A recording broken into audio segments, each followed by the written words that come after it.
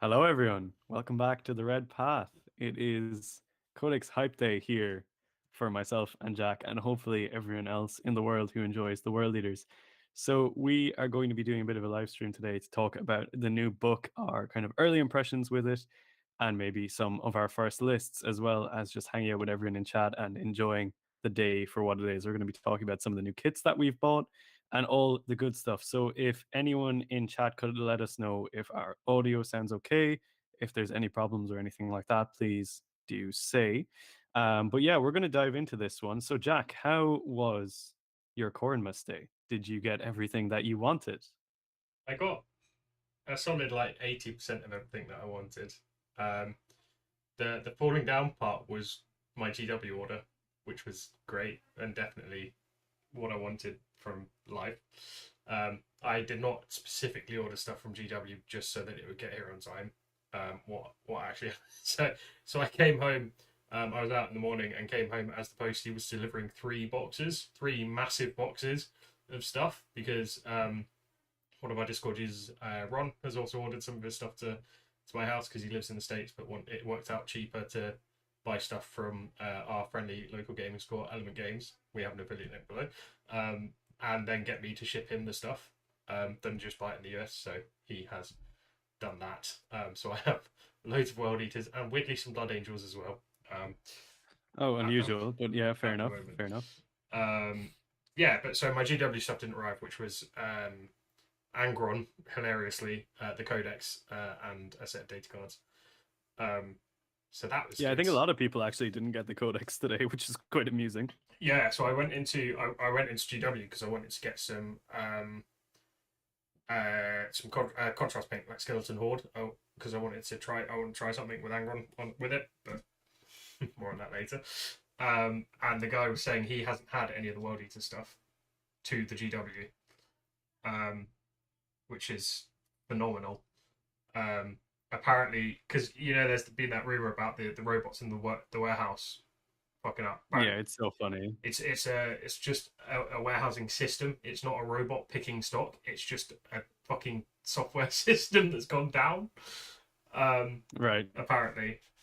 So I've seen loads of stuff around the internet, like not only are GW not obviously there's been a knock on effect for some third party retailers, with I think the Outpost.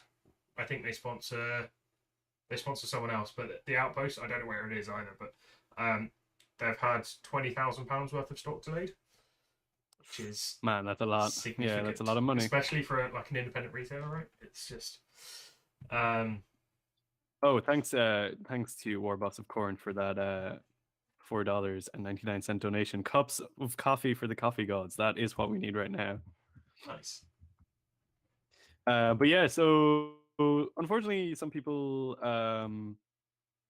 missed out on their toys today. But it seems like most people got at least something, or that their order is coming in early next week anyway. So as long as you don't have a tournament coming up, things should be Mm. okay, right? Mm-hmm. Now, unfortunately, both of us do have tournaments coming up, so When is next yeah, Saturday? yeah, right. So you're under a lot of time pressure, and mine's 2 weeks time, so I have to get Angron done. Now, Angron's going pretty well for me. I'm just gonna he's all assembled, he's primed. Um, Almost by the always. way, what a joy of model to put together. Like, Yeah, I mean, really, really nice. so I obviously said mine's been delayed.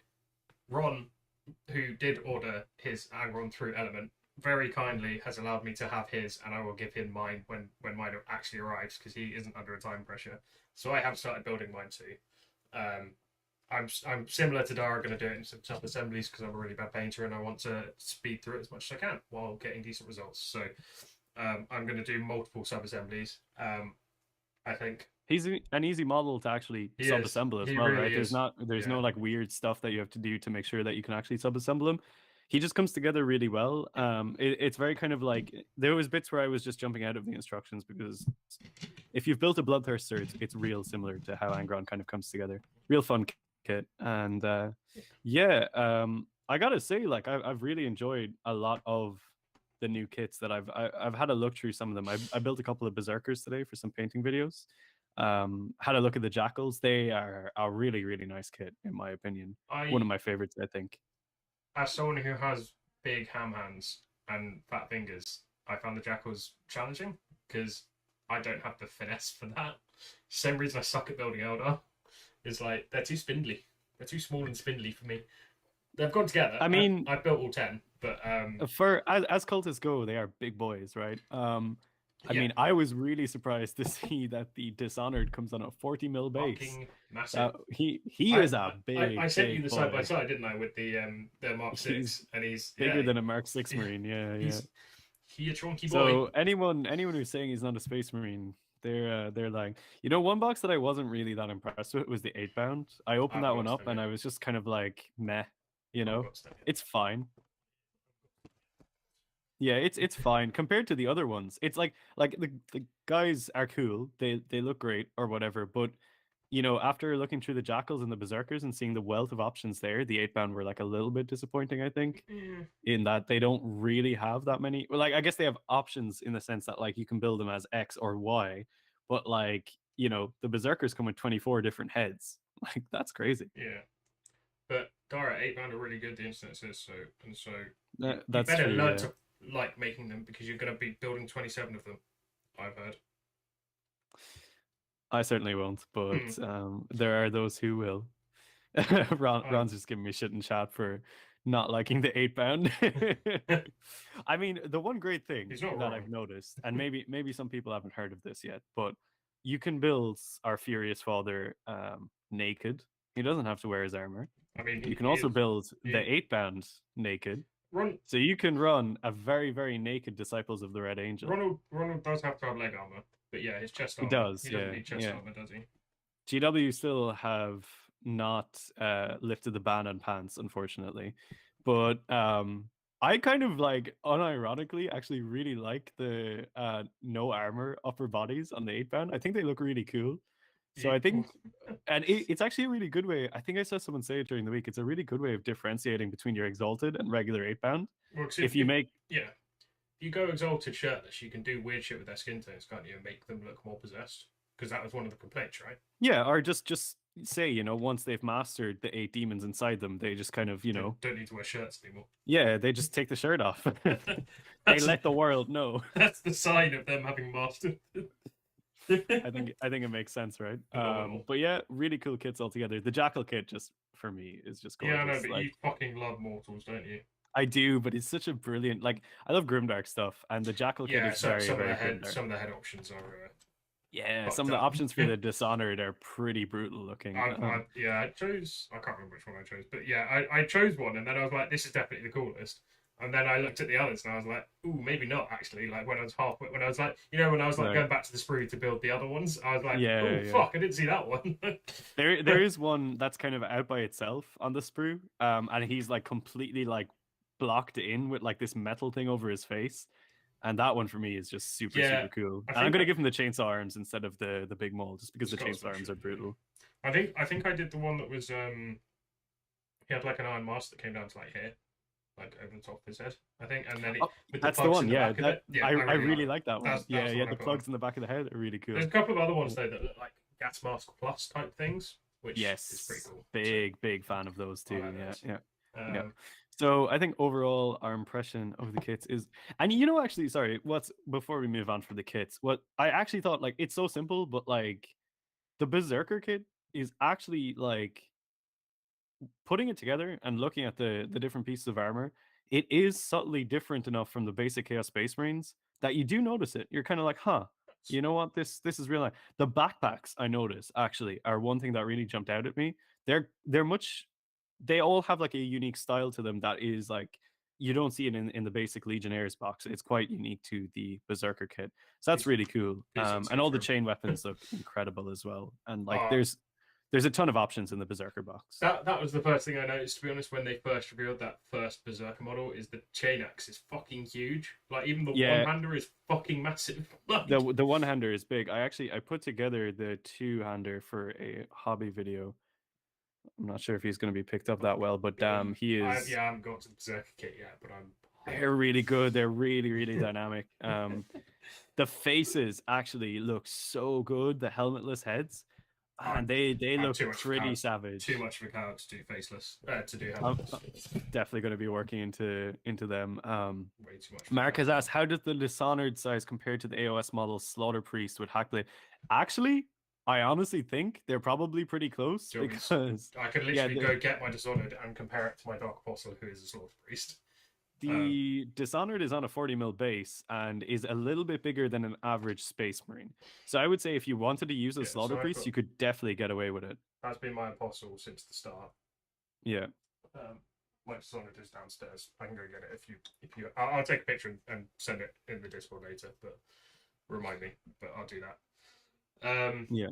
There's a lot of cool bits, I think, going around. For sure. Yeah. And like even some of the Jackal bits, like the two-handed eviscerator thing in that kit looks really fucking cool as well. It looks so heavy. Like really I mean, and that was the vibe, wasn't it? Because like there's loads of like borderline hyperextending arms in there. And like it's because the weapon's too heavy for them. And it's the fucking friends on that's carrying them through, which is it does certainly look like a couple of them are dislocating their limbs while they're swinging the weapons, and I am here for that energy. Also, I've spent the week kind of looking at alternative kits for the Jakhals, just because like it's cool to have variation, right? And I did finish up painting my Arcoflagellants this week, which I think are a fantastic Jackal proxy. But what I've got is I actually think it's quite cool, right? So I have the regular guys are the Arcoflagellants, and I've painted them all up to look like escaped convicts. So they have like orange kind of rags and stuff on with their prisoner numbers on them. And then the pack leader of the squad is like the basically the lab guy from the prison who has kind of like jacked them all up and friends on, but their Dishonored is the warden. So I've bashed up like a Goliath ganger with a big shotgun kind of vibe. Nice. But he's like using the shotgun as like a maul rather than an actual gun. Yeah, so he's the Dishonored. So I think there's like lots of really cool options for alternative kits for the Jakhals if you want to mix things up a little as well. Especially in the Necromunda range, there's loads of good stuff there, right? The Corpse Grinders is a really. I mean, so my melee cult is a Corpse Grinder cult, and they're going to be my Jakhals until I get my Jakhals painted up. So, so next weekend they're probably going to be my Jakhals, aside from the Dishonored, which.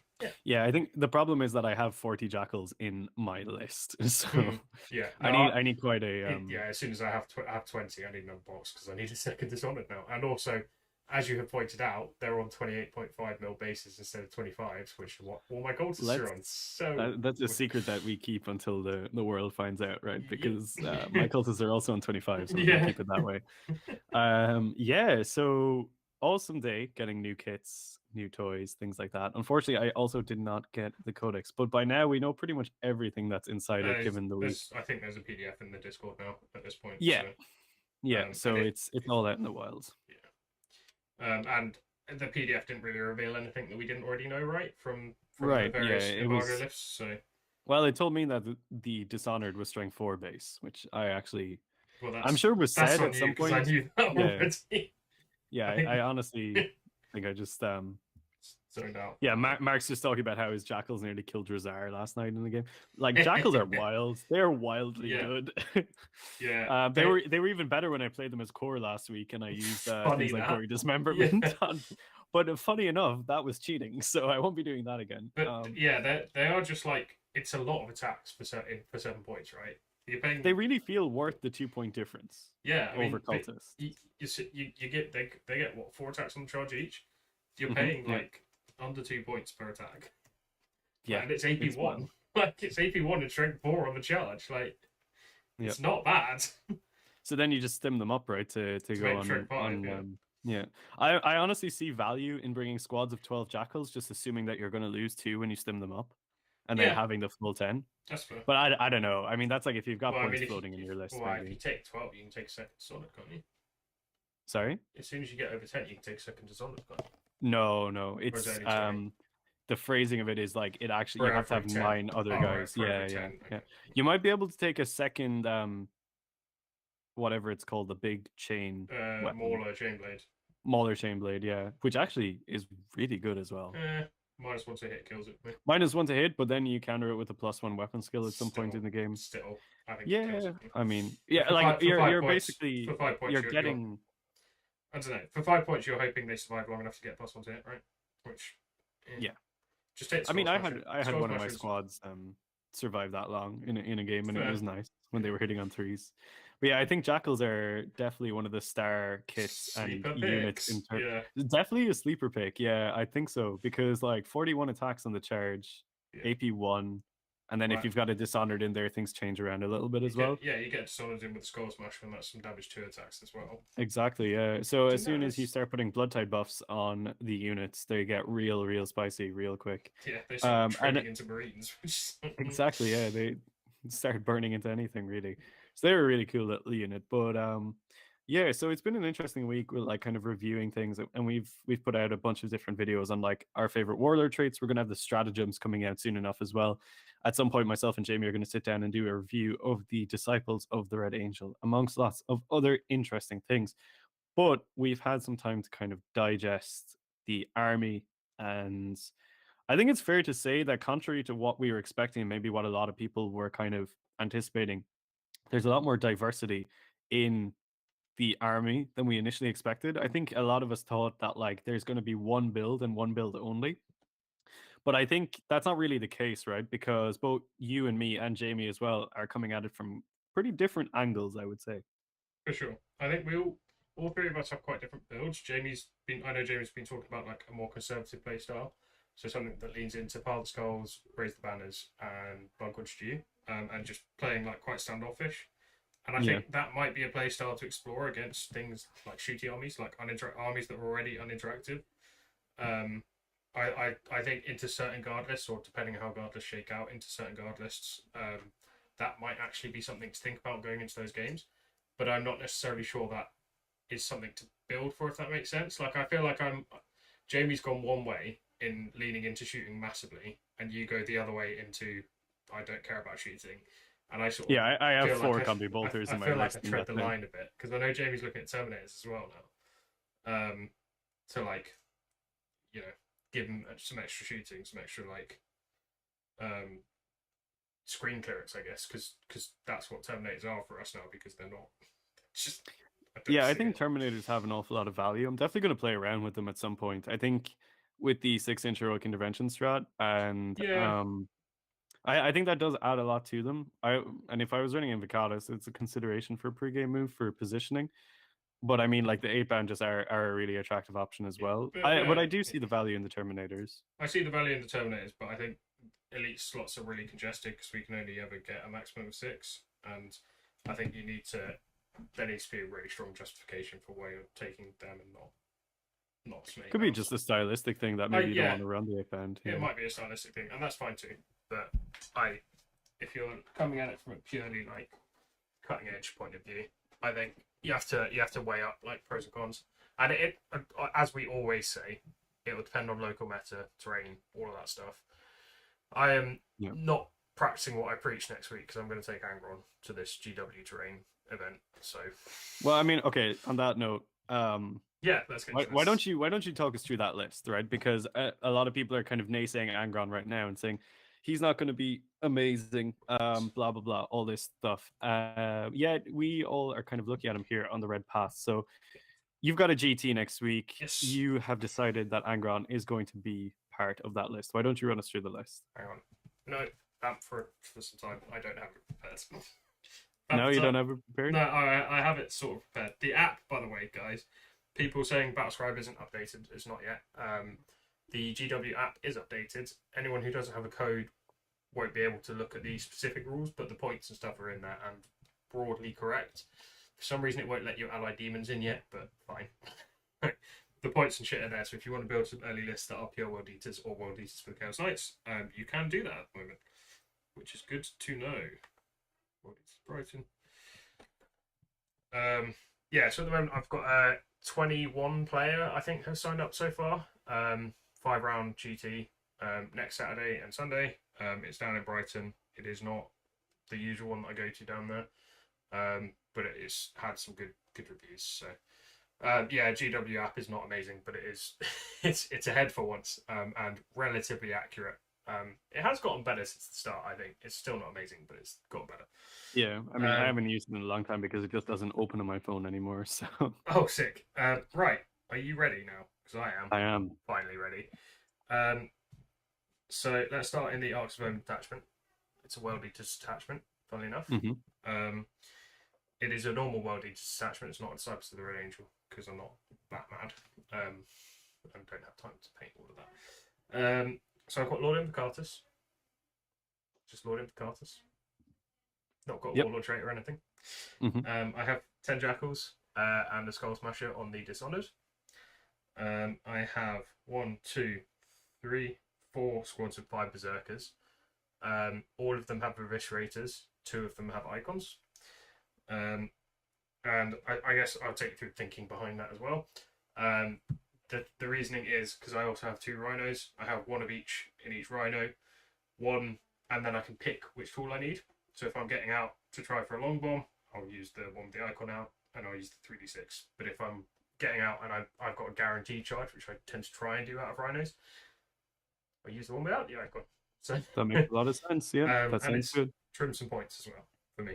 And I don't know if Ron's still here, but me and Ron were talking about icons, and he was taking the piss at me a lot for having icons on like 6 units of Berserkers. And I mean, I think it's fair to take the piss out of you for that. Yeah, Ron, it's currently a 21 player. I think it's capped at 32. He's going to try and sell some more tickets, I guess. But right, so that's my troops, and then into elites at the moment, because list deadline is 2 days before the event. By the way, that's professional GT. I'm looking forward to it. Yeah, you're definitely not going seal clubbing, but so you know, 2 squads of 3 8-bound.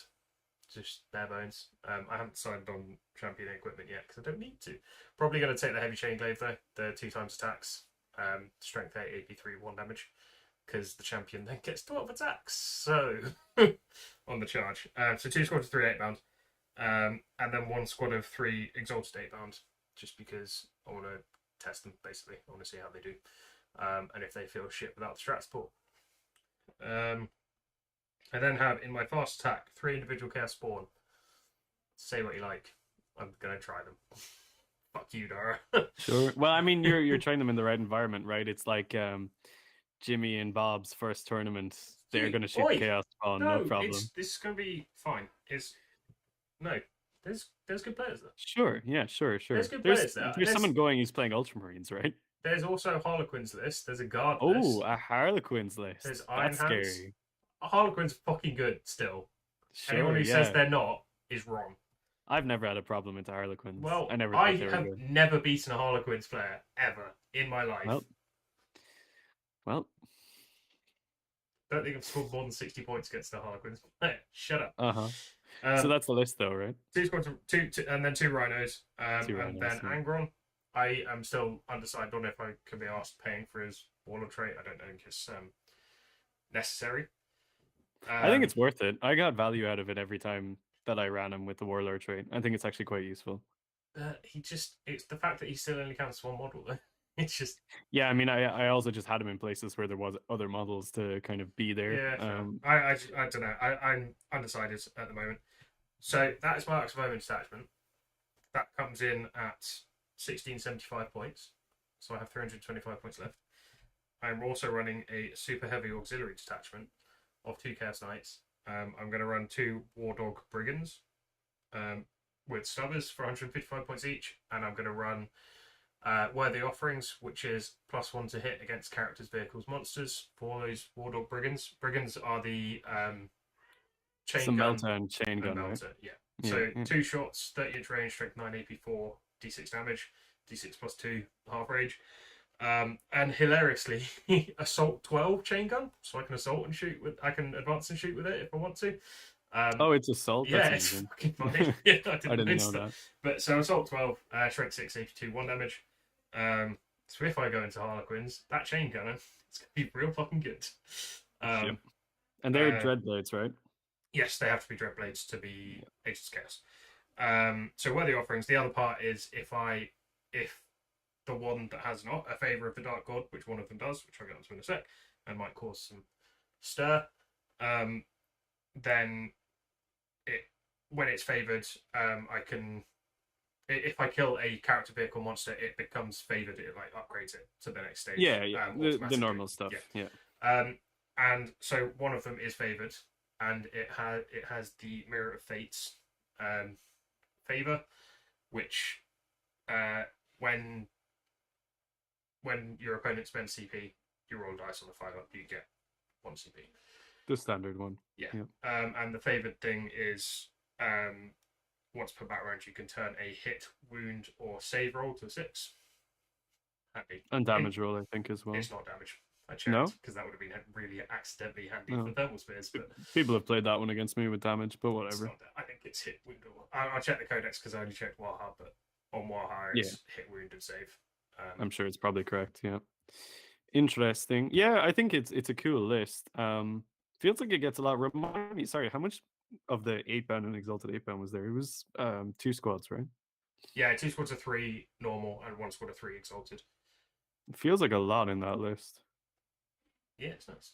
Small squads of 8-bound though is why it feels like a lot. Yeah, right. Yeah. And It's only cool though. 4 squads I mean, berserkers only as well. yeah, 4 squads of berserkers, effectively 3 squads of 8-bound or 8-bound variants. Yeah. Then two knights, 2 baby knights, Angron, Invocatus, 1 squad of Jakhals, 1 squad of 10 Jakhals, yeah. and 2 rhinos, and 3 individual spawn. Yeah, it's an interesting one. I think it comes out at like 89 wounds for no prisoners as well, which is quite nice because it means. I do think it'll struggle against a strong gun line. Yeah, I'd agree, and then at that point I just need to go first and get a first turn charge with Angron, I think, and have pop his. Yeah, I'm just thinking that like if you roll up one of the hammer and anvil deployments against like Iron Hands, that's a bit stinky.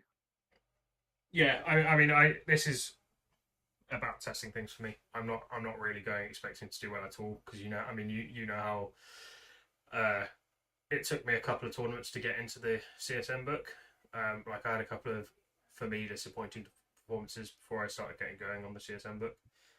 Yeah, for sure. And I'm less good in general on GW terrain. I think I just haven't played it as much, so I feel like I'm less good at it.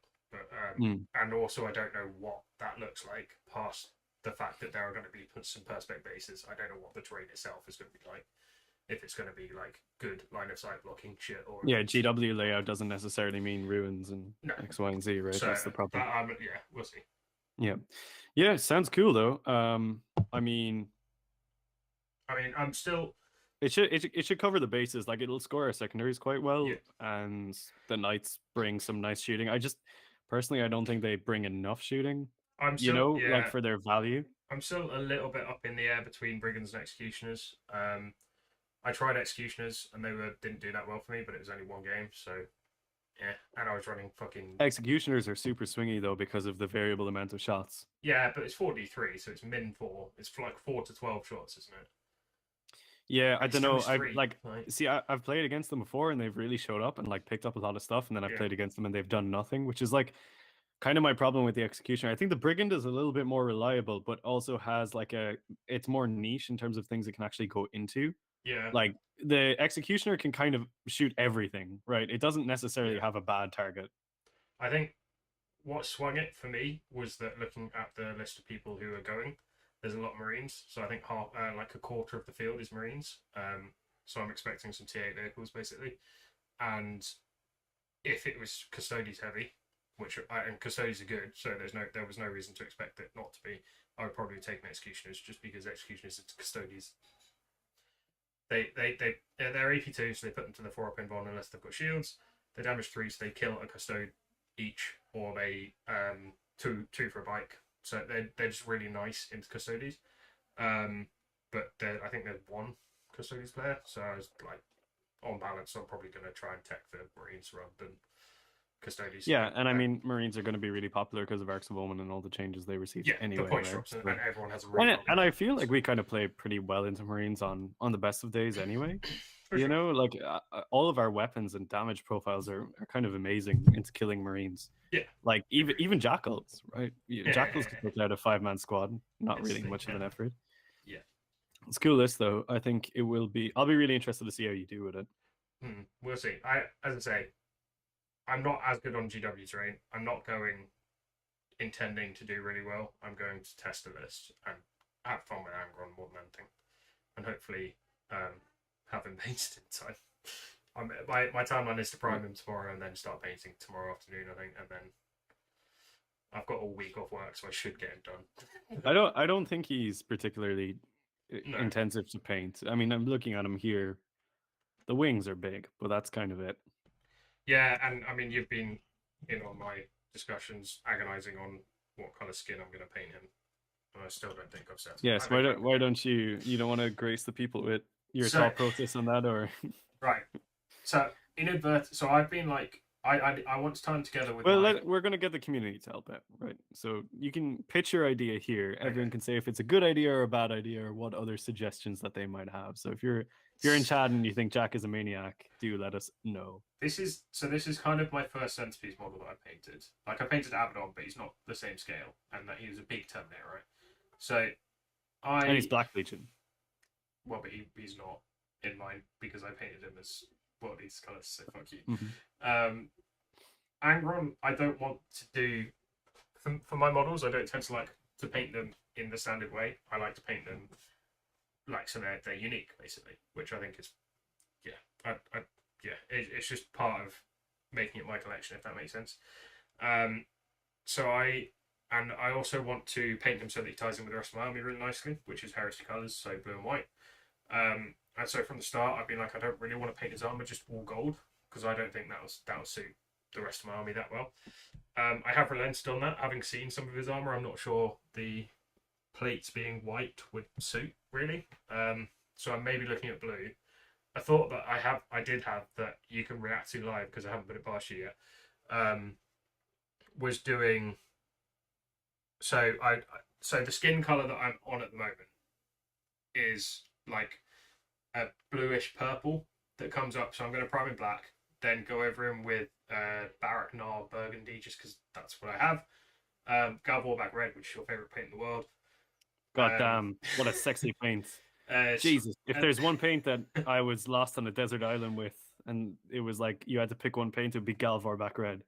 Holy moly! And then it goes on everything. Up through like Screamer Pink and maybe Pink Horror to like do the proper highlights. Yeah. And then wash the whole lot in like Drakenhof, so it's like a blue wash as well. To give it a bluish I don't know tint. if you've seen it, but I've done something really similar. I just work it up from, we'll say, after Screamer Pink, start blending in some Pallid Witch Flesh, and I think it's Slanesh. No, I don't mean blending. I mean like working in more layers, and Slanesh Grey is another really nice one on my Bellicor. So I don't know how good or bad it's coming through. Yeah, but it's like that kind of vibe. Yeah, the absent thought that I didn't run past you yet was going for that like bluish color, like darker bluish color that is almost like blue purple kind of color, and then having the wing membranes. Indigo is the word you're looking for. I think that is maybe no, probably a bit lighter than that. Okay, light indigo. Light indigo. Okay, and then doing his wing membranes like like white but like blue tinged white, and that ties in the blue and white, and then I would feel less bad about the armor plates being like brass. I think at that point you kind of almost want the armor plates to be silver though, because like that kind of bluish tinge and silver work really, really nice together, in my opinion. Anyway, I guess I could do like a lighter, because most of my recipe for like the trim for my army has always been Wartblock bronze and then dry brush Retributor armor over the top of it. And I think if I do like a lighter brass color and like dry brush, like fairly heavy dry brush of silver over it, that might have a similar net effect. It will, yeah, it will for sure. So yeah, I'm still agonizing over it, and I'm not a hobby. I think you're getting closer though. Like it does sound like you are kind of getting towards that final destination with it, and as you've kind of developed on the ideas, I think it is sounding more and more like something that will actually look quite good, rather than like, I know the initial ones I was like, no, that is not going to look. The like human skin tone and white armor. It's like, nope, that's gonna look really bad. Yeah. So, but yeah, so it's getting there. Yeah. But I think it's not a terrible idea. I mean, like, it's not a million miles from what I've done with Bellicor, right? It's like where I went more towards the purple to white, you're kind of going from like blue to purple and kind of staying within that spectrum, which I think can definitely work. I don't think it's going to be easy, and I Excellent. would not try it necessarily myself. I wouldn't feel so confident with it, but I admire your bravery for it all the same. That's a very nice way of saying it's going to look shit next weekend. I mean, I just think not that it's going to look bad. I think it can definitely look good. It's just there's a lot of like obstacles where I'm thinking like the wing membrane and things like that. Like, how are you going to tackle that? Have not got there yet. These are the things you've got to think about, Jack, before you start painting. Well, I'm going to leave the wings off to start to paint him. And if you leave the wings off during the tournament, he's much easier to hide as well. That is power gaming with the red path. So. Yep. Okay. You heard it here first, folks. Ron wants to know: do we have pictures of our armies anywhere other than Instagram? No. I mean, there's a bunch of mine on Reddit, and I think floating around in the Discord as well, but not. No.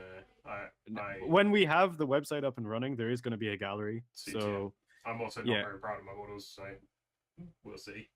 Basically. I think you should be. I like your models. I am very proud of my models, so I will definitely be posting them. You fucking should be. And I haven't started Angron yet, but I am going to be Marcus. The guys want army reviews, basically.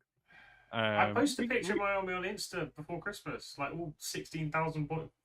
Ron's allergic to Instagram, so he needs something more. Actually, that was a really cool picture of the army showcase. I haven't started my Angron yet, but I'm going to be painting him in the classical colors. My first one, anyway. Yeah, he's just going to be, Grimdark Classic Angron. Get him painted, play him at broadsword, sell him, and then start working on my actual Angron. Nostalgia one. The Angron, Angron 2, yeah. So I think he's going to be fun. I'm going to bash him out. I'm probably going to be live streaming some, if not all, of the painting process of Angron. I've been working on kind of setting up the live stream system. For hobbying. I was kind of working on that in the background this week, and it is looking pretty good, I think. So potentially starting tomorrow or Monday, I will be doing maybe an hour at a time of hobby streaming of Angron. Depending on how awkward it is for me to actually paint him while filming and paying attention to chat and things like that. But if people want to hang out and see my process of painting Angron, because initially I'm not going to be doing like a painting tutorial video on Angron with this one. When I'm actually doing my showcase Angron, I will do a painting tutorial then, but I also just have too many hobby videos with Berserkers and Eightbound and Jakhals and stuff that I need to record. Angron's going to take a little bit of a backseat, but if I can work it out how to live stream him efficiently and comfortably being the main thing, then I will certainly be doing that for everyone who wants to hang out. But yeah, I'm going to be doing him in the Grimdark 40k color scheme. So brass armor and tomato ketchup skin, basically. I think I've had a question about will anyone actually include run World Eaters without Angron, or is he auto include now? So okay, this is really interesting, right? Because like no one can. It's like black and white when it comes to Angron, right? He's either trash or he's like an auto include. I think he's like decent. I don't think he's trash or an auto include. I think he's like he's a pretty good model that can be run in competitive lists, but like that's kind of where it stops, right? I think actually the take that Angron is auto include is, I would say, minority around the internet. At least in comp circles, or more comp minded communities. I think that everyone is like high on Invocatus and Invocatus Swallow trait, which is fine because it is very strong. However, I think Angron does have play. He just requires a little bit more to run. Like, you need to put a bit more into it. People are enjoying the fact that World Eaters is point and click, and with Invocatus it definitely is. You like, cool, gonna eat everything. It's all fine. Yeah, you have like a blueprint for how your game is supposed to go, and you just follow that blueprint until someone decides to mess with that blueprint and ruin your game, which is definitely possible to do. Yeah, we were saying the other day, weren't we? Like, we played through the glory days of Warp Talon bombs, and we have been counted enough to know how to do it, right? So yeah, and I honestly don't see how the Invocatus Alpha Rush is any different to the Warp Talon builds. It feels exactly the same to me. It's not that different. I don't think. I think like the stuff is. It's not even harder to kill. It's toughness 5, right? I guess. Yeah, so it's slightly harder to kill, but it's the same number of runes roughly, and it is 3 and Right. 5 up. So Yeah, like it's minorly harder to kill, but like at the end of the day, when people decide they want to lift all those 8-band up in the first turn, they're just going to do they it. will do it. So I don't really. I think the Invocatus 8-band build will get you 4 and 1s. It'll get you 3 and 2s at a tournament. It's not going to get you 5 and 0s, in No, my I opinion, don't think because it. once you get to those high level tables, it's going to be so easy to counter. But yeah, Um, I think some of the like slight, Don has just said that he's going to mess with all the blueprints. I think like Yeah. I'd say that some of the like much more cutting edge people that I've seen talking about it aren't So sorry, just to jump in there, I'm just keeping an eye on chat. Mark has said that playing Angron gives away a free 15 secondary. I no so That's not true because I I've run Angron twice and I've scored 15 on that secondary both times. my plan is not to revive Angron whenever I can. My plan is to Angron will survive as long as he can, and I'll res him if I need to at the very end of the game. Yeah. That is my only plan, because I think I don't think, well, we were memeing before the Codex came out that Angron was a trap. I don't think Angron's a trap. I think the res is a trap. So I don't even think the res is a trap because I've resed him twice in the games that I've played in all the games, and I've still scored 15 on Pile the Skulls. Yeah, so I think my use of Angron is going to be he'll kill what he can kill, and then he dies, and then he probably has value coming back up in the backfield or wherever late game. Mm-hmm. When either the opponent is on its last legs and cannot deal with him, like for even from 8 wounds, or he can just drop on a point and get you an extra turn of primary.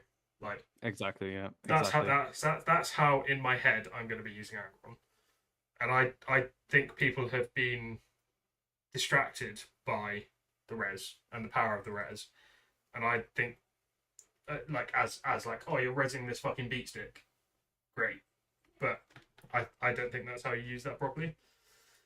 So that's where I'm at. Yeah, it can be. It can be that for sure. I honestly just think that I have really not had a problem with resurrecting him, getting my blood type buffs up, and also scoring my secondaries. Like, it's honestly one of those things that when you start playing it, you realize that there are turns that you just accumulate so much blood type points Yeah. all at once that like it's just not a problem. It might feel like it initially in turn one and turn two potentially that you're like, oh, when will I ever get these blood type points? But there's a point in the game where they just start flowing like crazy, and then it's kind of easy to score those points and bring Angron back as well. Normally, I don't bring him back till turn 3 anyway, because that's kind of when a lot of the things that could kill Angron again are gone, and then he just kind of rampages. But yeah, so it's just a really interesting one. Also, holy shit, thank you, Rains Gravity, for the $20 donation. So I like traps. Makes every video showcasing your World Leader collection. I'll certainly show off my collection before Broadsword at the end of this month. Yeah. Maybe. I make no promises because it took a lot of effort for me. In fact, half of my collection is still out from the last time I got it out because I just can't be asked to put it away. So yeah, to get back on that train of thought though, yeah, I do think that like when you experience it for yourself, you realize that like Blood Tide actually does just stack up super fast. Yeah. I think and again, we're not out here saying that like Angron is like literally the best, you know, like the most optimal unit. Yeah. But you know, I've played against competitive people in competitive formats against good lists, and he was really useful in all of those. And he did resurrect a couple of times in those games, and it didn't feel like a waste of blood tide points any of those times. I still had all the buffs up that I wanted. Honestly, when you put your guys on weapon skill 2, I don't know if there's many other buffs that you actually need, because oh my god, that is just such a powerful ability. I think you need to spend, in my head, you need to spend 1 defensive, which is depending on the matchup, that's the 5-up shrug gets more for the 6-up shrug. You maybe need to spend +1 charge, depending on the matchup again, because if they come towards you, you probably don't need it. And then you spend maybe 1 or 2 of the offensive ones, because you don't need all of them to do what you're doing. And from what I've found, it's exactly that. It's like, so if you take Pile of Skulls, what you're going to get in an average list is 2 resurrections, your 15 victory points, the +1 to charge, and 1 or 2 combat output buffs. depending on what your opponent's list is as well. And I'm actually ending the game with blood tide points left over, so Yeah, I haven't even worked out the optimal way of spending spending and them. like pacing And it, I and think that it's like a prediction thing as well, like understanding how many blood tide points you're actually going to be getting but in your I next think turn is a skill, I think. that is going to be a big thing. I was gonna go on to that. I think yeah, working out or like planning ahead how much you're going to gain in your turns and budgeting for the secondary. Because I mean, your games as well. I pointed out that you weren't necessarily spending that efficiently on part of the goals. No, I definitely wasn't. Yeah. There are like there's an optimal way of doing that, which is part of the skill, right? It's part of the budgeting skill. Why don't you tell people about that? Because until you said it to me, I hadn't even thought about it, and I think it's a Well, really really important thing. so if you max part of the goals across 3 turns, you're spending 9 blood type points to get 15. If you max it across 4 turns, I think you're only spending 8 because of the way it works out. So you want to start spending earlier. So you want to start spending earlier, and like even if it's spending 1, like when you have a spare 1, and this is why budgeting is really important, because you need to like you need to like, oh, I want to buy this buff ahead of their next turn, so I need 2 for spiteful notification, or like 4 for the 6-up shrug, because I know I'm going to get shot a lot next turn, or going to get smited a lot next turn, or whatever the fuck it is. But I also want to have enough in like going into my turn, maybe, that I'm going to be able to buy enough offensive buff before I charge everything, and also I need to keep this ticking over in the background, because the fact is, right, that the third blood type point you spend each turn only gets you 1, whereas the first 2 get you 2. So it's way more efficient to spend 1 or 2 in earlier turns than it is to spend 3 in later turns, which I probably explained really badly, but I hope I've got the point across. I mean, I got what you meant, but you've also explained it to me several times, and I had to try and drill it into my skull. So that was certainly helpful. But yeah, it is an interesting thing that we do have to actually like consider these things now, which it's an element of budgeting and gambling that we haven't really had to think about before, but it's a fun element in the games. And I think as we kind of get into higher skill level games, understanding how to budget these correctly and really get the optimal use out of our army is where we're actually going to really excel, and it's what's going to separate the good players from the great. But yeah, I think it's a really fun mechanic. But like I guess like kind of to circle back, like what we're saying here is that Angron, while he is not the most efficient unit in the game, he is neither an auto take nor a never include. He's, if you like him and you think he's fun and you want to build a list around him, you certainly can. It won't be a bad list. And if you get some practice in with it, it can be a great list. Like I'm going to a major at the end of this month. I'm bringing Angron, and I'm hoping to podium at the major, which is ambitious, I would say, but I think I'm a pretty reasonable player, and I think that the list that I've written is really powerful, and I think Angron is going to be a really big part of that. So I think that, like, yeah, including him in a list, you can actually do really well. Is my belief anyway. Do you think that's like fair to say? Yeah, I think so. I 100% think so. I think that people aren't looking at Angron at the moment. People are Rin's Gravity makes a really good point in the chat. He is better than a Defiler. So I think people aren't looking at him just because Invocatus seems like a much more easy, like path of least resistance kind of way to victory, which is fair.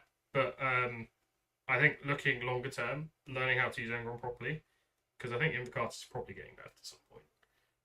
Whatever shape that nerf takes, he's probably getting nerfed at some point. I think the nerf is, well, so there needs to be an FAQ, meaning they can't end within 9 inches of enemy units, like all the other rules, because that's a bit silly. And I would expect that to be FAQ.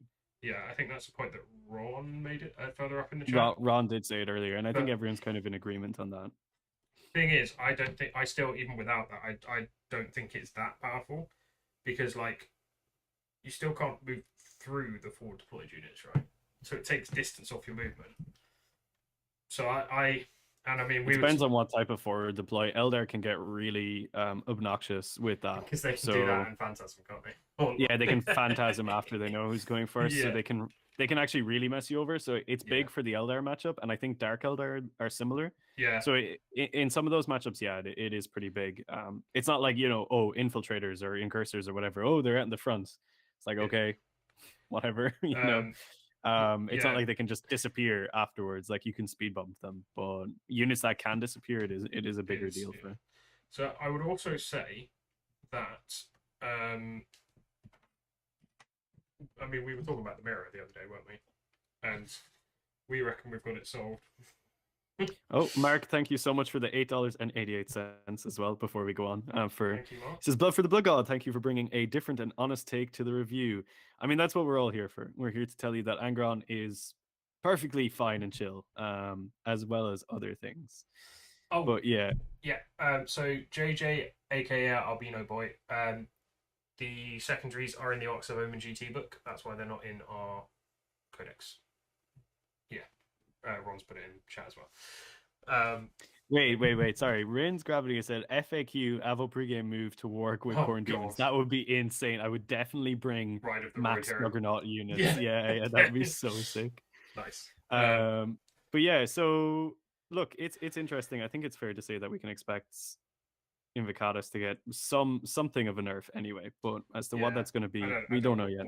So like what it comes out of that though is there's like interesting builds with more than just Invocatus. He's not going to be the only competitive build. Like there's builds with him, there's builds without him, there's builds with Angron. I think there's builds without either as well. I think the favorite of Khorne Warlord trade is really nice. Yeah, favorite of Khorne Warlord trade is incredible. Really 10 good. Victory points in your pocket. Yep, straight away. Just like, cool, if I put this on my guy and I just leave him vibing in the back, I've just gotten 10 victory points. Like, okay, cool, that's really strong. Yeah.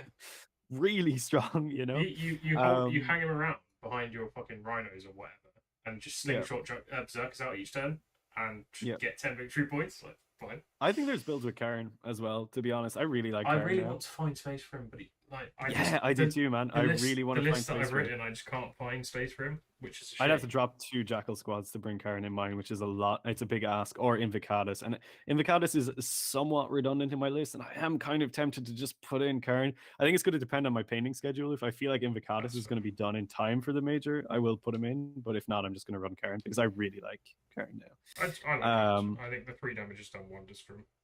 Yeah, absolutely. Absolutely.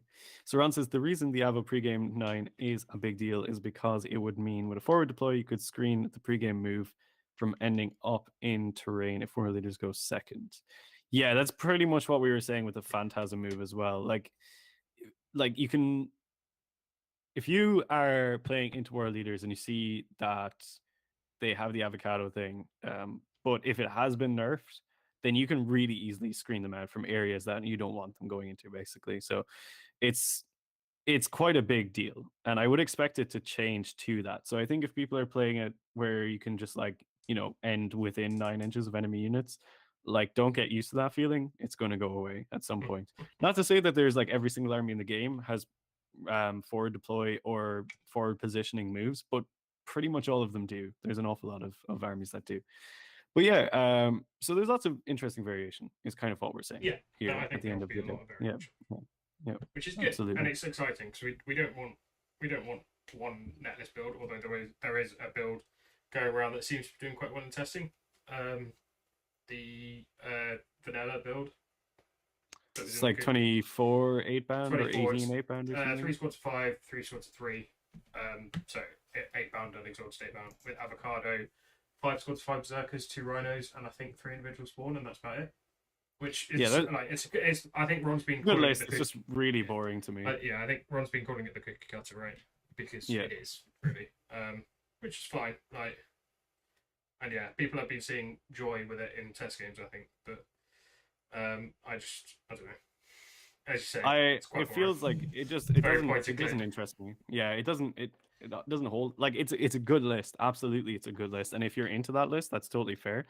But to me, it's just not interesting. It doesn't have any cool challenges to be solved during games. And I like a list that kind of creates problems for itself or tries to make unusual things work that aren't necessarily the optimal choice. So I won't certainly be running the 8-bound spam any day soon. Also, that's a lot of 8-bound, and that's a lot of money, which is it's a lot of painting too. I mean, if you've got possessed, it's like fair enough because they're a good proxy for 8-bound. But yeah, it's not the list for me. I'm sure people will have success with it, but I think the point it can also. I feel like it can just be shot to pieces as well. Yeah, I feel like so. The point that he made was like, it's a very simple list. It has a very simple game plan, and it means that it takes all the thinking out. Like you don't have to think pre-game, going into the game, any of that shit. Really, it's past deployment.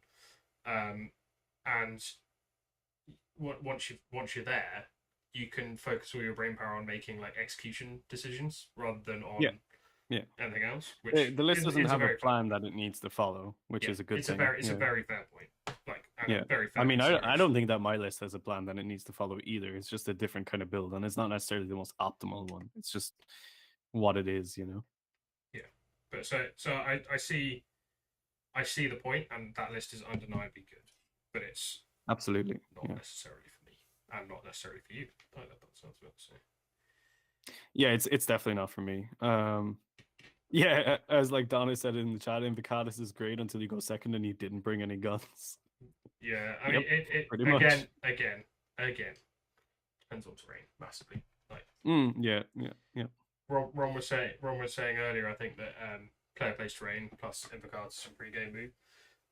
It's really good. Yeah, that's super strong. Which is well, obviously, yeah. It's like their version of like what we have here with Angron and the big L, right? It's just like, why do you guys think Angron is so good? It's like, I don't know, man. Our boards all have a terrain piece that can hide Angron. That's why we're like, that's why we're like high on Angron. Yeah. Whereas a lot of the US based players are high on Invocatus, like, of course. So it just makes sense. It's an interesting I suppose observation of the differences in regional play and how, like, you know, geographically the meta can actually look very, very different. Yeah. Something that I did experience over in Vegas when I was there. But yeah, it's a funny one. And like there's gonna be big disagreements as time goes on of like US players and European players being like, I think Angron's amazing. And no, I think Invocatus is great. It's gonna be when like US GW is just gonna have to nerf them both, right? Well, but it's when US lists start doing really well with Invocatus and then UK lists start doing really well with fucking Angron. Maybe it's gonna be fucking funny because they're gonna be like, what the fuck's going on? Absolutely. They're asking, my good friend Third Stain Jimmy has asked, have I started painting Angron? I have not started painting him yet. I'm gonna be I've primed him. He's here. More than I have, because Ron's is still great. So. Yeah, I've primed him. I'm gonna start painting him tomorrow. He's gonna be pretty quick to do, I think. But yeah, he'll be good fun. I've got to get him painted in 2 weeks' time. As well as Invocatus and a squad of 10 Jakhals and however many Berserkers with Eviscerators I need to do, which is more than a few. I've got Chain Dave guys I think I'm going to use as Eviscerator guys. That's nice for you. I do not have those. Yeah, one of them was the test model. I was testing those contrast paints on to see if I could hack painting white armor, but I have not sadly been able to do that. So I need to show you my last Mark 6 Berserkers because I have very mixed feelings on how they came out, but they are downstairs, so I can't show you them now. I look forward to seeing them. Anyway, I've talked about my list. We talked about some general thoughts. What about your list for Broadsword? Sure. So you've got a tournament not next week, but the week after, right? Which is basically one of the main tournaments in Ireland. Because not only that, Dr. Jack, not only that, if you have been following along on Warhammer Community, you will have seen that they posted. Is it one of the ones? It's one of the ones. Are you fucking joking? Yeah. Check it out right now. You know the ones in England that are other ones are like Coventry, London, Manchester, Southampton, and you get fucking broadswords. Hey man, what's wrong with broadswords? It's fucking tiny. So for anyone who doesn't know, what we're talking about is the Warhammer World Championship, I think it's called. Yeah, the qualifier events. Yeah, so there's a couple of qualifier events, more than a couple, quite a lot of qualifier events in the world for basically getting access to the World Championship, and Broadsword is one of those, the major that I'm attending at the end of the month. So if I win Broadsword, I get invited basically. How big is it? To... Sorry? Is it a major? How big is it? Yeah, it's a major. Yeah, 60. No, major's like 64, I think. And I think it's like just on the cap of a major. Not to get all elitist, but my majors tend to be over 100. Just saying. Yes, Jack, we tend to go to the same majors. You idiot. I've been to different majors. Okay, sure. But yeah, so I'll be attending the Broadswords, I think Winter Major is what this one's called. But yeah, that's the end of the month in Castlebar, County Mayo in Ireland. It's a great venue. It's great for scoring ITC points. It is just the channel's Broadsword, isn't it? Yeah, Broadsword it's Wargaming. for Broadsword Wargaming. They run the So events, and they run really tight events. It's Ollie basically and Kira, is it? Ali and Kira, yeah. They run it, and it's an awesome event. It actually is really similar to the UKTC in terms of like you get exactly what you expect You know going what to you're it. getting. Yeah. Yeah, Okay. so they play on WTC boards, so they're a little bit of a terrain difference from the UKTC, but they are actually heavier boards than UKTC. There's almost nowhere on those boards that you're not taking the penalty for dense, which is interesting. And also they have these massive L's that you can That actually hide that anger makes a on lot in. of sense why you don't like shooting anymore then, doesn't it? Yeah, I mean, pretty Because much. Like when I had shooting in my previous lists, like I was just like, cool. I'm always taking the always penalty for minus one this. to hit. I just don't care. Or That, else it's my drill shooting, which are like right in front of you anyway. They yeah, also have an awful lot of difficult ground, which can be quite annoying. that's And annoying. it's difficult ground that's situated in interesting places, like places that you're going to be going through. So like I'm actually kind of it's annoying, but I am a fan of it. That it's another element of terrain that you don't typically You have to see. consider and think about, don't you? Yeah, Exactly, because yeah. like And UKTC doesn't have any difficult ground in it, does it? so it's really great to say that from like the meta perspective of like, oh, it's cool to have all that stuff there. But I at the last broadsword I was at, I did have my red butchers stuck in a bog for 3 turns in a row because they were moving that 3 inches yeah, and it was a long piece of difficult ground. that's like what terrifies me Yeah, is like it was slowly pretty just getting funny. stuck. But I really like it as an element that has to be considered because it's just fun to have different types of terrain. So I'm really looking forward to the event. But You got your so list the up now. list, You got your list yes, up now. I You were have it mapping for time, were you? in my brain, in my brain, in my brain. So it starts off with Lord Invocatus, Sans Warlord tree. This is kind of open to interpretation. It could become a Juggerlord on a berserk with a berserker glaive. I run Nice. both, and both are fine. Invocatus, I'm just bringing because I had points, and he's a little bit killier and has fly. And They're really ignore dumb. involve is a niche, isn't it? I guess. Like we have like volume attacks. Exactly, yeah. Card's Bane is nice, but it's really just because he has fly is the main reason. Yeah. Like that's literally it. So I can snipe enemy characters and stuff. So I've got him. I have 4 10-man Jackal squads. They have assorted weapons and icons in there. I don't need to get into the nitty gritty of it, but it just means I have 40 Jackals, which is awesome. Then I have 4 5-man Berserker squads. Each of them has an Eviscerator, and I have an 8-man Berserker squad, which has an Eviscerator and an icon. So carding them around, there are 3 rhinos. So 2 5-mans in each, and then 1 rhino has the 8-man. Apart from that, I have 2 8-man squads, just 3 mans, happy and hanging out. And we also have a singular Chaos Spawn, just one, not 3 by 1, just one. And then we have Angry Ronalds in the Lord of War detachment, and that is the list. So it's nice and tight. It's a lot of bodies, and it's a hell of a lot of fun to run. I've had tons of good times running this list. It's a super blunderbuss kind of list. You've run a proper test game now. I have, Like yeah, been and I have a Angels? bunch more. Yeah, I have a Yeah. bunch more games tomorrow lined up, Nice. so A I'll be bunch putting it more. through the Fucking ringer. hell, multiple. Yeah. Oh. I'm going hard, going hard. I I really want to do well at broadsword, so like, yeah. my club night is the 14th, and there's a certain holiday that I need to pay attention to on the 14th instead, so I can't go to that. So I'm not testing anything on the 14th. Going in blind. I'm But yeah, playing Nids. I'm playing Nids on the 21st, so that'll be fun. that'll be nice. So that's the list, though. It's Yeah. like, I mean, shocker, folks. Anyone who knows me, it's a really simple list, and yes, it does exactly what it says on the tin. And it's bloody effective at doing it, just as my other list then went 5-3 commentary and 3-3 at the LBO was a super simple list, but is really good because, as Jack said, running a list where you don't have to make that many decisions and can focus on actually playing the game is really good. And that's kind of what I've done in this list, which is basically yeet all the Jackals up the board in turn 1, tell my opponent, okay, you have a choice. So also in this list, most of the time the Jackals actually start in the Rhinos, so they get a little 3-inch boost when they jump out. So they're moving 9 plus d6. So typically they're moving 13.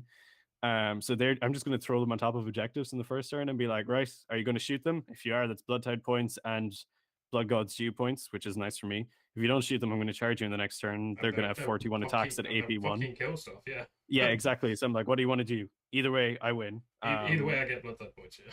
And by the way, also there's rhinos driving up, and also this giant L has a demon primarch inside it. So if you come anywhere within 16 inches of the center point, he's going to jump out and kill you. And by the way, there's a Juggernaut flying around as well. He's pretty good too. And by the way, did I mention this 8-man Berserker squad that just hopped out? They're going to 3d6 charge into you. There's an 8-man squad in reserve as well, by the way. And there's another one just running around in my backline to make sure any deep strikers will kill you. So it's a pretty good list. And it's really good on the psyops side of things because it's just a nightmare to deal with. I've had a lot of good success with it so far, especially when Angron resurrects in turn 3. It's just like, really? Are we doing this? Really? And I'm like, yes, we are doing this. He's coming in. And I'm also going to make this 8-inch charge. I've never failed it yet. I literally have never failed. That's why it's and I'm never your going opinion, though. That's what I keep saying. Absolutely. It's like the fucking. I was watching the Tabletop Tactics Angron versus Everyone video and like reporting it back to you, wasn't it? And it was like, Angron's made the 9-inch charge again. Oh, and again. And again.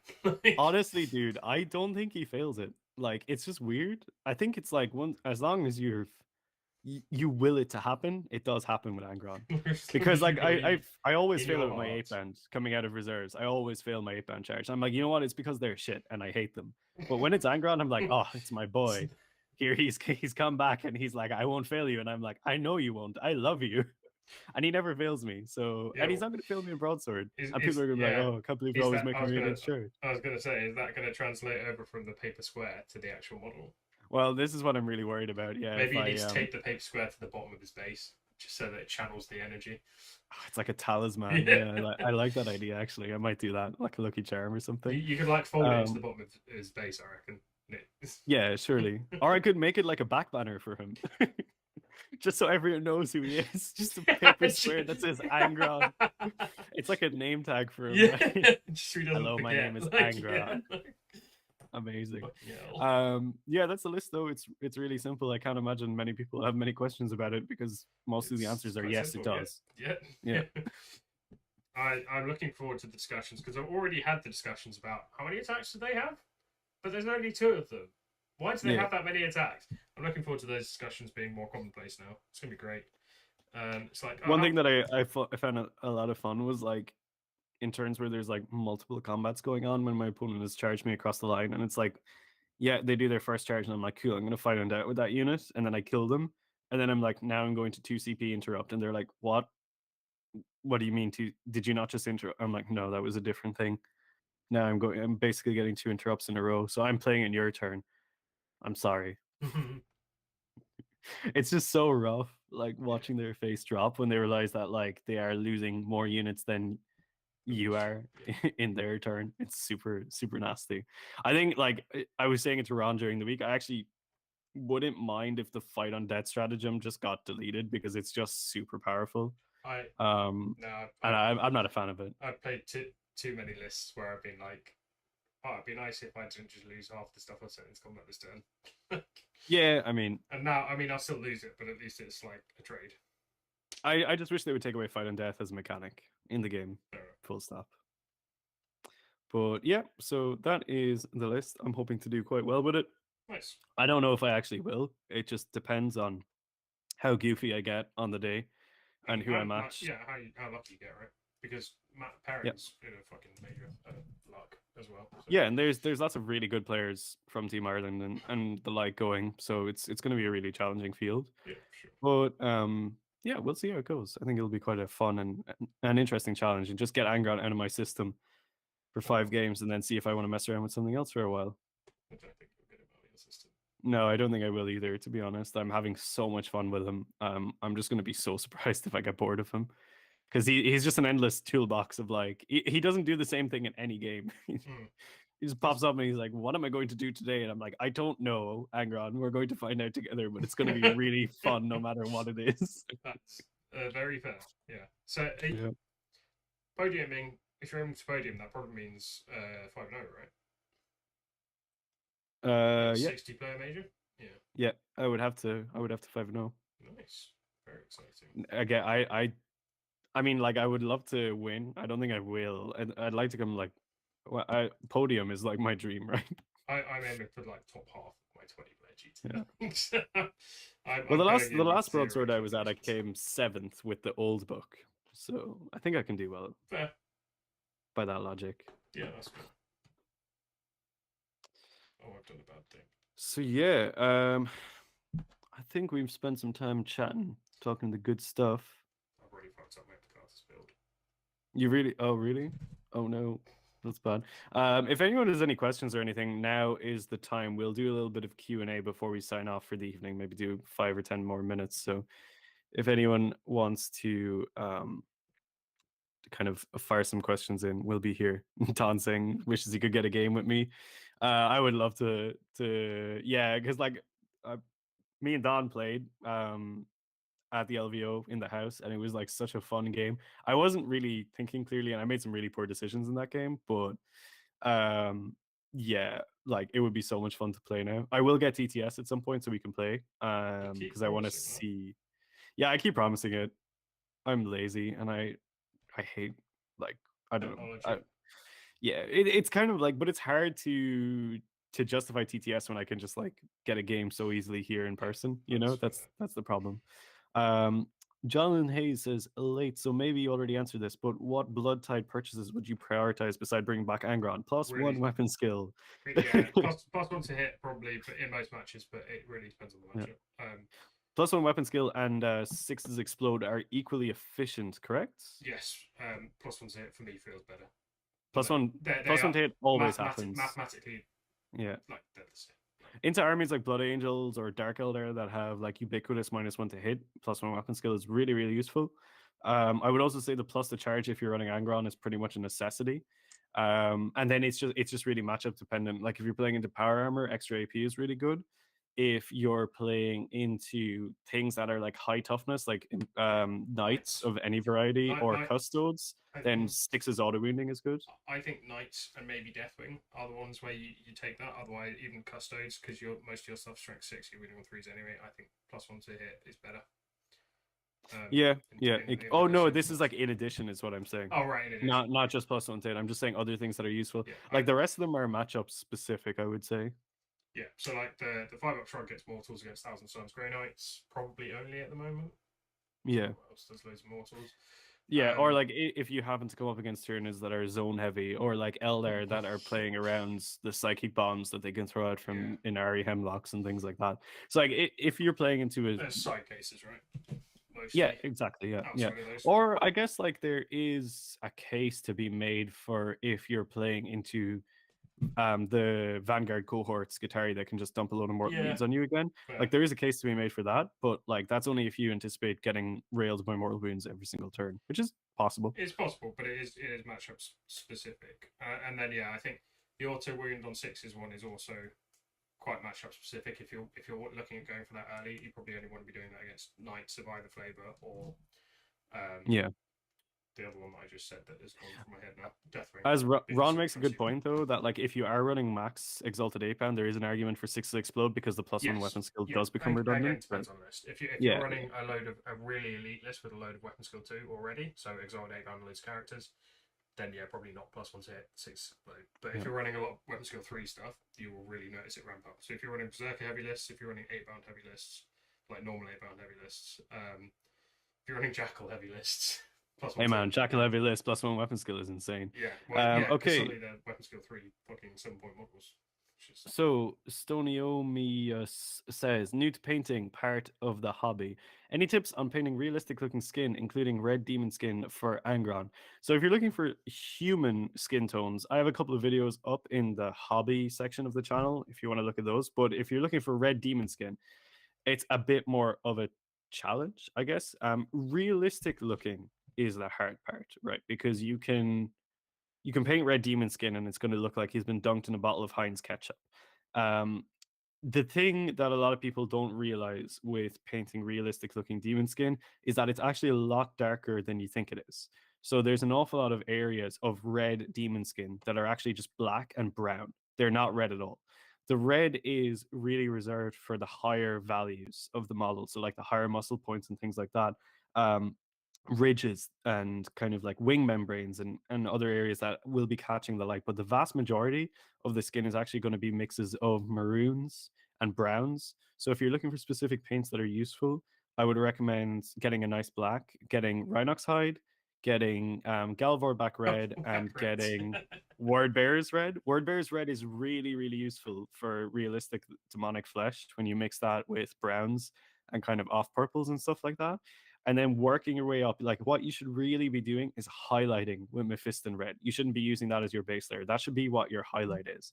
And then if you really want to push it to the limit, what you want to do is work in some oil blends, which we're going to be doing when we're painting Angron over the next couple of weeks. The oil blends are what's really going to marry everything together because they can actually generate the shadows for you. I think a wash isn't necessarily really going to work that well, especially on an acrylic wash in Angron, just because the muscle areas are too big and you're going to get pooling in weird places where there shouldn't be any darkness. So yeah, it is a tough one to get realistic looking red demon skin, but I think I have the recipe down. I've done it on my demon prints already, and I think it looked really good. So I'm going to try and emulate that on Angron. I practiced it on a Bloodthirster over the last month or so, and it came out real nice. So we're going to be working on that with Angron. So tune in for that if you want to see the process. You might be streaming part of that process, right? I'll probably be streaming most of the skin. That'll be the bit that everyone kind of wants to see. So okay. Nice. Yeah. Freitas says Skullmasher, yay or nay? 100% yay. It's so good. So good. Weapon on a 70-point unit is pretty good. Yeah, our boy coming in at strength 6 when you stim him up, AP 2, damage 2. He is slapping Marines. Yeah. He is potentially slapping a custodian. For me, it's one of those auto include. Like if you're taking Jakhals, you're paying 75 points for them because you're always seeing the Skull Smasher, I think. Yeah, because it doubles your attacks as well, right? I think so. Is that one? Oh yeah, it does, doesn't it? Fuck. Yeah, it pops them up to 8 attacks. Yeah. Yeah. It's the gift that keeps on giving. Also take, as I said. Yeah, absolutely. It's a really powerful one. I do like the Molar Chainblade as well, but it's just less good. It doesn't. If it was free, I'd take it. I don't think I'd pay 5 points for it in a world where the Skull Masher exists. Yeah. Yeah, because you're comparing it to that, right? So like those 5 points aren't equal in my mind. So. Ron has asked the question that if you don't finish top 8 at your GT, will you shave your beard? As you can see, me and Jack have already shaved our beards for celebration. Trimmed our beards. We look sophisticated now. You're not going to get me to shave my beard. None of you are going to get me to shave it off completely because I will get stabbed. And a bet with the Discord is not worth getting stabbed. So boring. Nothing you guys say is going to get me to shave my beard. Sorry. That's fair enough. So let me just see here. Andrew Trowbridge says, do you have to run a 20-man unit for 2 Dishonored? Yes, you do. Then we have Bo Moerk. What about allied demons? Have we discussed them? We have not. Ron says we're looking very dapper as well before we dive into the demons. We are looking pretty dapper. Shape a bit. Pretty good. Yeah, pretty good. I saw my boss man yesterday for a haircut and he fixed me up good. But yeah, so demons, allies. Jack, yes, no. Yes. Always yes. Not always yes, but like most of the time yes.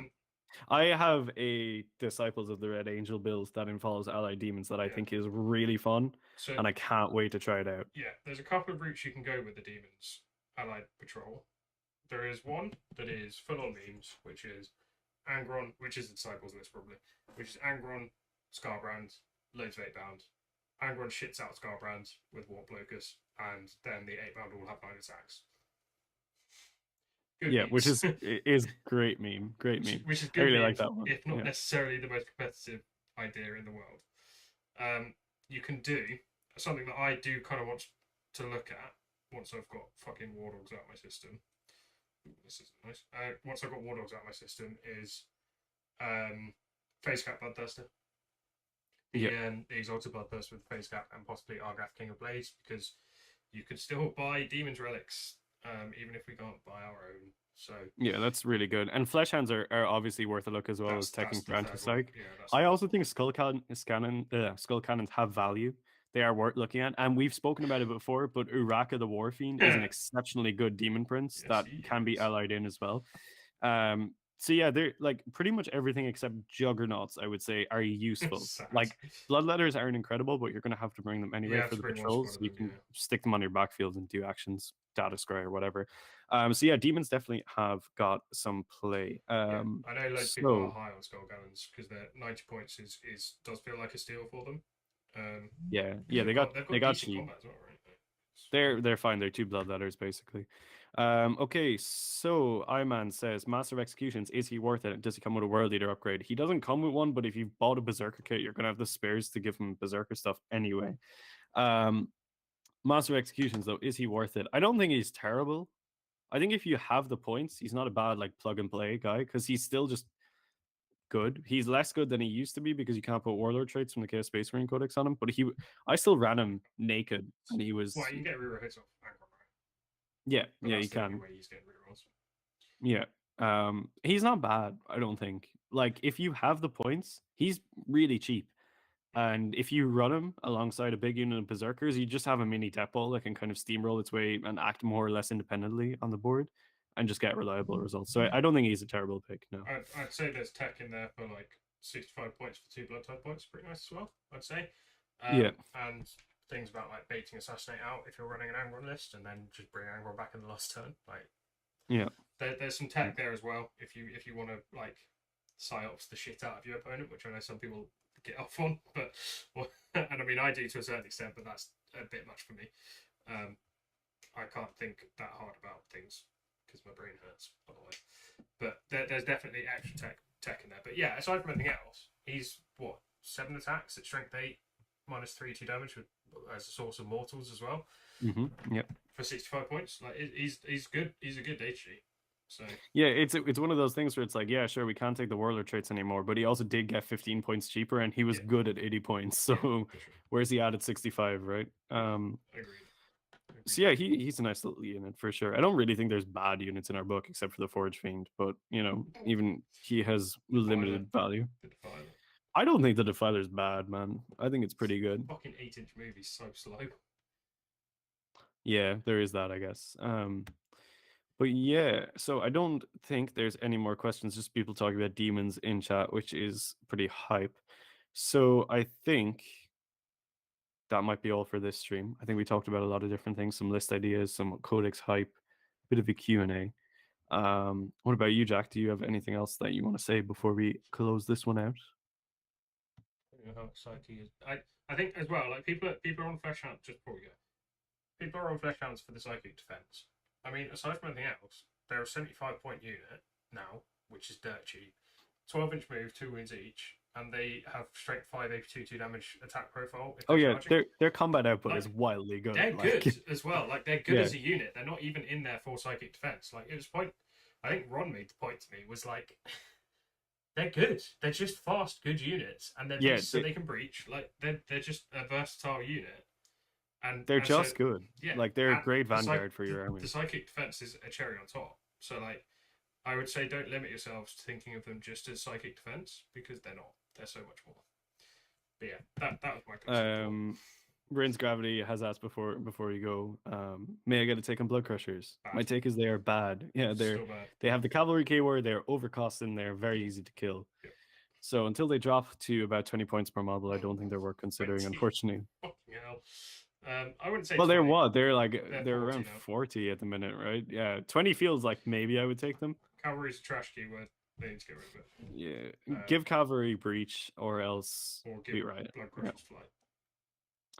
Don't do that. It's dumb that Invocatus does fly. I hate his fucking My Little Pony juggernaut that he just rockets around on. If they're next to Invocatus, then that can be his nerf. They can nerf him and say Juggernaut cavalry near Invocatus get fly. Well, you heard it here first, folks. But yeah, I think we're going to close out on that. We've done a whole bunch of things. Yeah. So thanks everyone for hanging out. It's been great. A lot of people have hung out. Thank you everyone who gave us super chats as well. We really appreciate that. It will help us recover from the financial assault that we had to withstand today. So yeah, thanks for hanging out. If you haven't already, join the Discord, subscribe to the channel, and come hang out with us and talk more World Leaders. We are going to have a bunch more videos coming up in the next few days about deep dives into stratagems, Disciples of the Red Angel, maybe some painting stuff, and other things as we all get our books and orders and learn how to read again. This is going to be great fun. But yeah, thanks everyone for hanging out. And until the next time, I hope everyone stays healthy, stay safe, and kill, maim, burn. Bye.